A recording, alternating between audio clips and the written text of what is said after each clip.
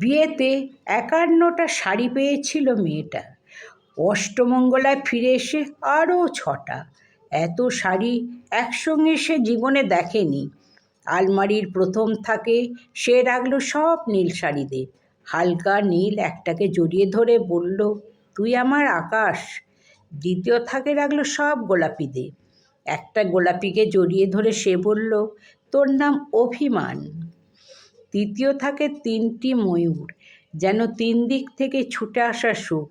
তেজপাতা রঙ যে শাড়িটার, তার নাম দিল বিষাদ। সারা বছর সে শুধু শাড়ি উপহার পেল। এত শাড়ি সে কি করে এক জীবনে পরবে? কিন্তু বছর যেতে না যেতে ঘটে গেল সেই ঘটনাটা।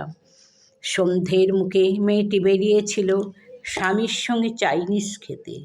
কাপড়ে মুখ বাঁধা ৩টি ছেলে সে দাঁড়ালো। স্বামীর তলপেটে ঢুকে গেল ১২ ইঞ্চি, ওপর থেকে নিচে, নিচে নেমে ডান দিকে। ভরে রইল খাবার। চিলি ফিশ থেকে তখনও ধোঁয়া উঠছে।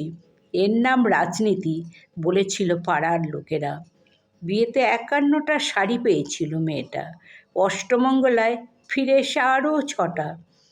একদিন দুপুরে শাশুড়ি ঘুমিয়ে সমস্ত শাড়ি বের করে ৬তলার বারান্দা থেকে উড়িয়ে দিল নিচের পৃথিবীতে।